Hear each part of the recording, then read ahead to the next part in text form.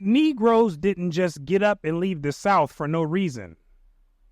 This place had been their home for the past few centuries. So, what would make them suddenly give up a place that they were so familiar with to move to a place that they had never known? Well, there were a few reasons for this, which we're going to address right now. And to aid us in this discussion, we're going to be reading from the 1920s book called Negro Migration During the War, written by Emmett J. Scott. Respect. A most striking feature of the Northern migration was its individualism. This factor, after all, however, was economic. The motives prompting the thousands of Negroes were not always the same, not even in the case of close neighbors.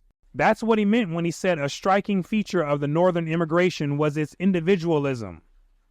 There were core reasons for Negroes leaving, but it varied by individual. As a means of making intelligible these complicating factors, it is necessary to watch the process as it affected the several migrants. The economic motive stands among the foremost reasons for the decision of the group to leave the South. So income and job opportunities were one of the biggest reasons for Negroes migrating north. There were others, but this was at the top of the list. There are several ways of arriving at a conclusion regarding the economic forces. These factors might, for example, be determined by the amount of unemployment or the extent of poverty in a community as registered by the prosperity. These facts are important, but may or may not account wholly for individual action. Except in a few localities of the South, there was no actual misery and starvation. So the vast majority of Negroes were not experiencing extreme hardship or starving to the point that their rib cages were showing. This was not the case. It was certainly hard times in the South, but not this level of hard, which is to imply that Negroes migrated for improvement purposes and not just merely trying to survive. Nor is it evident that those who left would have perished from want had they remained, because a lot of Negroes stayed behind. Every Negro in the South didn't pack it up and just leave. There were just as many or possibly more that stayed in the South, and they didn't perish because, like he said, except in few cases, there was no actual misery or starvation, right? This is helping us understand the background. Discontent became more manifest as comparisons were made between the existing state of things at home and a much better state of things elsewhere. They had eaten from the tree of knowledge of good and evil, and they knew they were naked. They understood polarity and the difference between how life was reported to be so good in the North compared to how bad they understood life to be in the South. And this gave them the desire to cross the Red Sea over into the Promised Land. Among the immediate economic causes of the migration were the labor depression in the South in 1914 and 1915, and the large decrease in foreign immigration resulting from the World War. The European foreign immigrants who rushed into the country by the millions were suddenly slowed down from entering into the country. But there were tons of jobs that still needed to be filled. So now who was going to fill these jobs? You guessed it, Negroes. Then came the cotton boll weevil in the summers of 1915 and 1916, greatly damaging the cotton crop over considerable area, largely in Louisiana, Mississippi, Alabama, Georgia, and Florida, and threatening greatly to unsettle farming conditions in the year 1917. The boll weevil is a beetle that originated in central Mexico, and it spread into the U.S. in the late 1800s. Now, this beetle lays its eggs inside of the pre-flower bud on the cotton plant. And once the eggs hatch into larvae, they eat the inside of the pre-flower bud, and they prevent it from producing the cotton ball. This is why this pest was so devastating at the time. There followed then the cotton price demoralization and the low price of this product during subsequent years. The unusual floods during the summer of 1915 over large sections in practically the same states further aggravated the situation. The Negroes, moreover, were generally dissatisfied because of the continued low wages which obtained in the South in spite of the increasing cost of living. Finally, there was a decided decrease in foreign immigration. So we have a cotton crash due to the boll weevil, low pay, cost of living increasing, and the halt of foreign immigrants into the country. The result was a great demand in the North for the labor of the Negro at wages such as he had never received. It's like the door was left wide open for Negroes to come right on in. They could now make more money than they ever made, and they could get out of the field, which many of them hated. So to them, this was a win-win. In spite of these conditions in the South, it might appear strange that, not until 50 years after the privilege was granted Negroes to go where they pleased did they begin to make a sudden rush for the northern states. We've talked about this before, how after the Civil War, most blacks chose to remain in the South. And that appears to be a bit odd on the surface because one would think that they would have wanted to get away from the Southern whites as fast as possible. But that's not what happened. So he asked, why after 50 years of being able to move freely to the North did they all of a sudden rush into the northern states? Stranger still does it seem that, despite the fairly general agreement among Southern Negroes that the North affords greater personal liberty, is less prejudice to individuals because of the color of their skins, grants to Negroes something nearer to open-handed justice, participation in the government, wider privileges, and freer associations. There should be in 1910 scarcely more than 1/10 of the Negro population where these reputed advantages are. The North has been looked upon as the promised land, the ark of safety, the house of refuge for all these years. The place where ambitious Negroes like Mr. Frederick Douglass and Miss Harriet Tubman yearned to go in their desire to escape the slave plantation. The North was supposed to be the land of freedom. A common reason recently advanced by the majority of Southern Negroes for the abandonment of their homes was the desire to escape from the oppressive social system of their section. Why have they not escaped before? The answer lies in the very hard fact that, though the North afforded larger privileges, it would not support Negroes, meaning it didn't have enough jobs and housing for them. Mr. Booker T. Washington talked about this.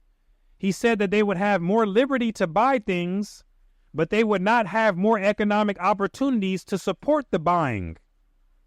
You see? And also, the North was where most of the foreign immigrants moved to. And they took up most of the jobs along with the white Americans. So competition was fierce, just like Dr. W.E.B. Du Bois talked about. So other than earlier generations of Negroes not wanting to leave the area because they felt that this was their home, limited access to jobs in the North stopped them from going in large numbers. None of the causes was more effective than that of the opportunity to earn a better living. He's talking about the North now. Wages offered in the North were double and treble those received in the South. Women who received $2.50 a week in domestic service could earn from $2.10 to $2.50 a day, and men receiving $1.10 and $1.25 a day could earn from $2.50 to $3.75 a day in the various industries in the North. An intensive study of the migration to Pittsburgh, made by Mr. Abraham Epstein, gives an idea of the difference in wages paid in the North and the South. His findings may be quoted. The great mass of workers get higher wages here than in the places from which they come.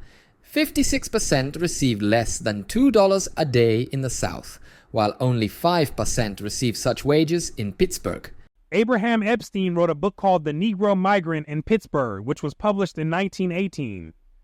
And in that book, he basically documents the arrival and the experiences of Negroes in Pittsburgh, Pennsylvania during that period.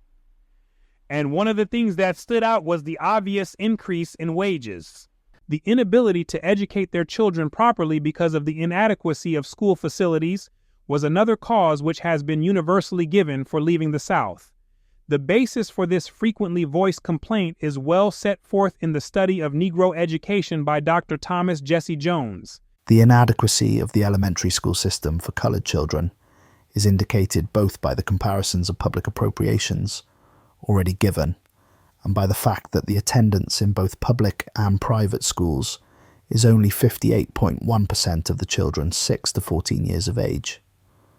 The average length of the public school term is less than 5 months in practically all of the southern states. Most of the school buildings, especially those in the rural districts, are in wretched condition. There is little supervision and little effort to improve the schools or adapt their efforts to the needs of the community. The reports of the state departments of Georgia and Alabama indicate that 70% of the coloured teachers have third grade or temporary certificates, representing a preparation less than that usually given in the first 8 elementary grades. Investigations made by supervisors of coloured schools in other states indicate that the percentage of poorly prepared coloured teachers is almost as high in the other southern states. The supervisor of white elementary rural schools in one of the states recently wrote concerning Negro schools. I never visit one of these Negro schools without feeling that we are wasting a large part of this money and are neglecting a great opportunity. The Negro schoolhouses are miserable beyond all description. They are usually without comfort, equipment, proper lighting, or sanitation. Nearly all of the Negroes of school age in the district are crowded into these miserable structures during the short term which the school runs. Most of the teachers are absolutely untrained and have been given certificates by the county board. Not because they have passed the examination, but because it is necessary to have some kind of Negro teacher.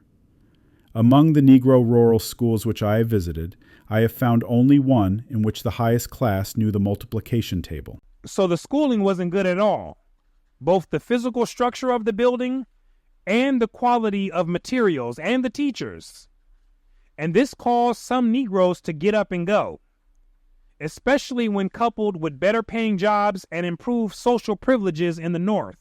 The treatment which the Negroes received at the hands of the courts and the guardians of the peace constituted another cause of the migration.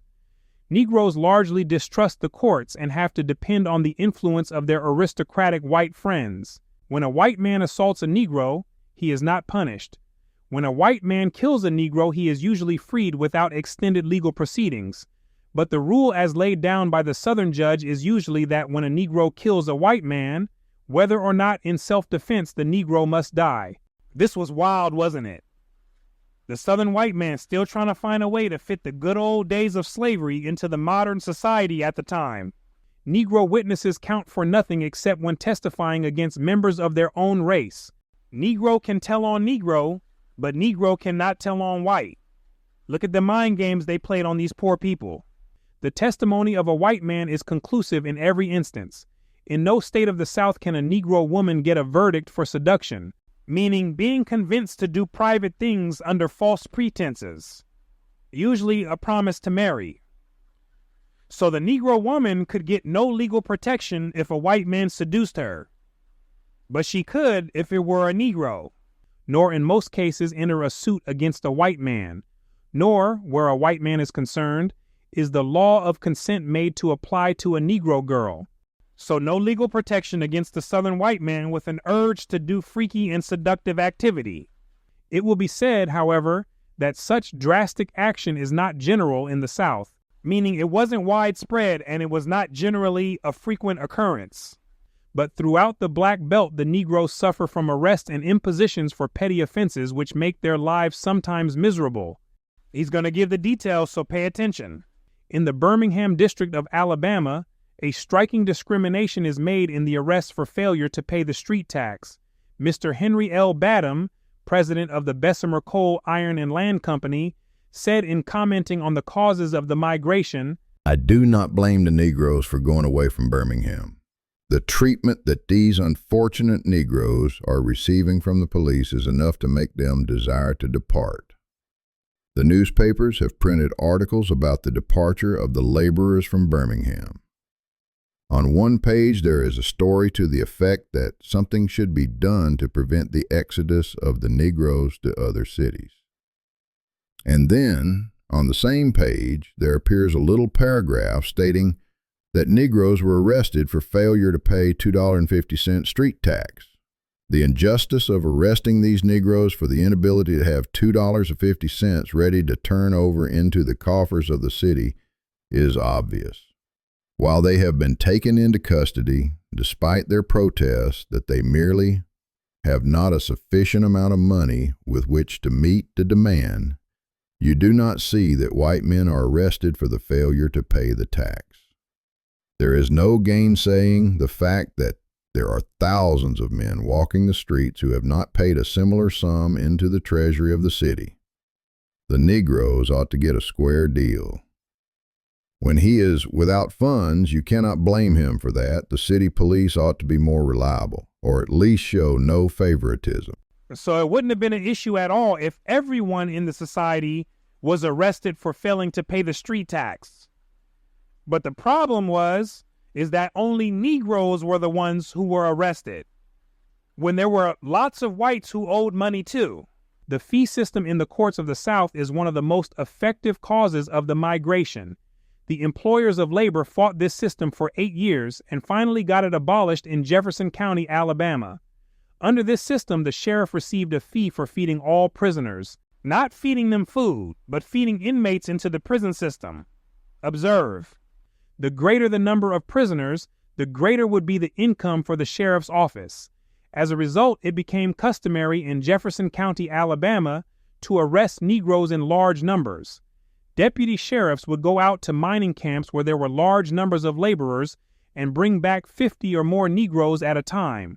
This stuff is extra wild. They rounded up Negroes like hogs and got paid a fee for each one of them. Another frequent complaint was directed against the accommodations for travel. It generally happens that the cars are crowded because the amount of space allotted is insufficient, and Negroes as a class are denied accommodation in sleeping and dining cars. Usually there is but one toilet for both sexes, and the waiting rooms at stations are cut off, unclean and insanitary. Then there are numerous petty offenses, which in themselves appear trifling, but which are spoken of as being on the whole considerably annoying. White men are permitted to come into the Negroes' part of the coach and entertain the conductor, newsboy, and flagman, all of whom usually make their headquarters there. The drunkards, the insane, and other undesirables are forced into this compartment among Negro women who have to listen to oaths and vulgar utterances. In stopping at some points, the trains halt the Negro car in muddy and abominably disagreeable places. The rudeness and incivility of the public servants are ever apparent, and at the stations the Negroes must wait at a separate window until every white passenger has purchased a ticket before he is waited on, although he may be delayed long enough to miss the train.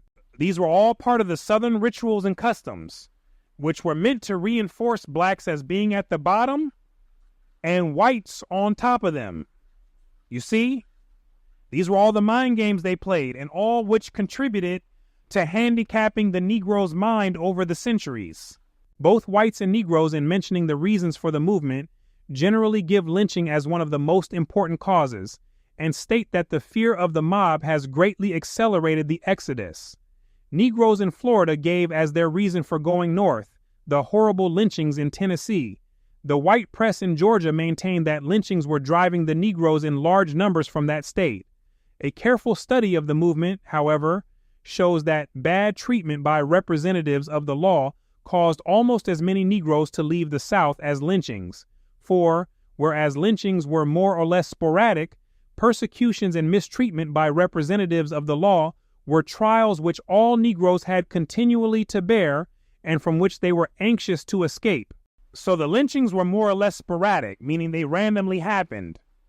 They were like lightning, unpredictable while striking here and there, but powerful when they did strike. But the mistreatment, legal injustices, and persecution by law enforcement was something that many Negroes dealt with on a regular basis. So they became tired of both the random lynchings and the constant police harassment.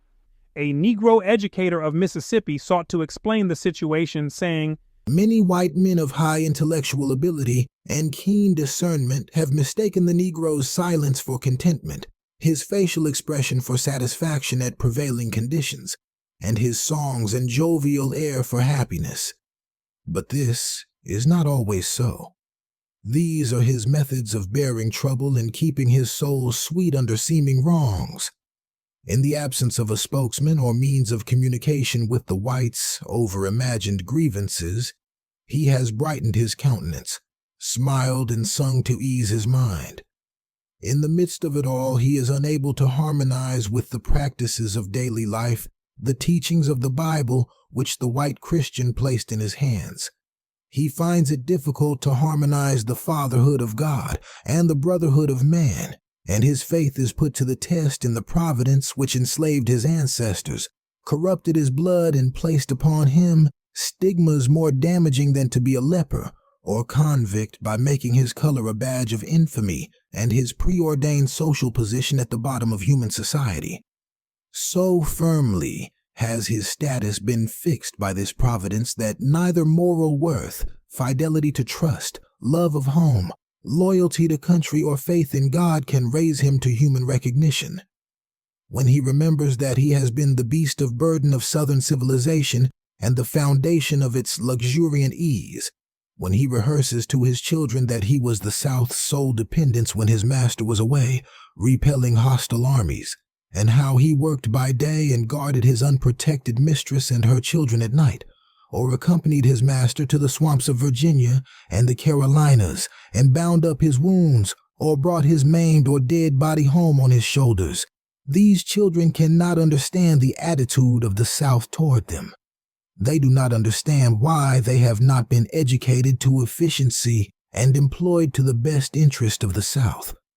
They do not understand why they have not been given better living conditions, a more equitable division of funds appropriated for the education of the youth, nor provisions made for their higher or professional training, or why so much prejudice is engendered in the practice of these professions among their own people. They do not understand why they have been made to toil at starvation wages and to pay heavy fines and suffer long prison sentences for stealing food and clothing. They do not understand why no estimate is placed upon Negro virtue and the full rights of citizenship are denied to Negroes of education, character, and worth. If some mysterious providence has ordained that they support themselves and employers by farming, they do not understand why they are deprived of agricultural schools. They do not see why mere prejudice would prevent them from obtaining a square deal when contending for the possessions of life, liberty, and property. They do not understand why they are not protected from petty peace officers in search of fees and from mobs while in the hands of officers of the law. Finally, they do not understand why there is so little genuine sympathy and brotherhood between them and the only people they know, the people whose language and customs they use, under whose laws they live, whose Bible they read, whose God they serve. These thoughts possessed the Negro's mind when, 12 months ago, the boll weevil and rains destroyed the crops in the South, and the European war was calling foreigners from field and factory in the North. Now, can you see it? These were the reasons for large numbers of Negroes rushing into the northern cities. More money, more jobs, more liberties, less harassment, less violence, better schools, and better homes. At least that's what they thought. But next, we're going to deal with more details on the frenzy that built up this energy for the movement and what stimulated Negroes to relocate in such a way that the U.S. had never seen before. And this is what we're going to do in the next commentary. But for now, I thank you for your time and attention. My name is Brooklyn St. Michael, and I'll see you in the free world.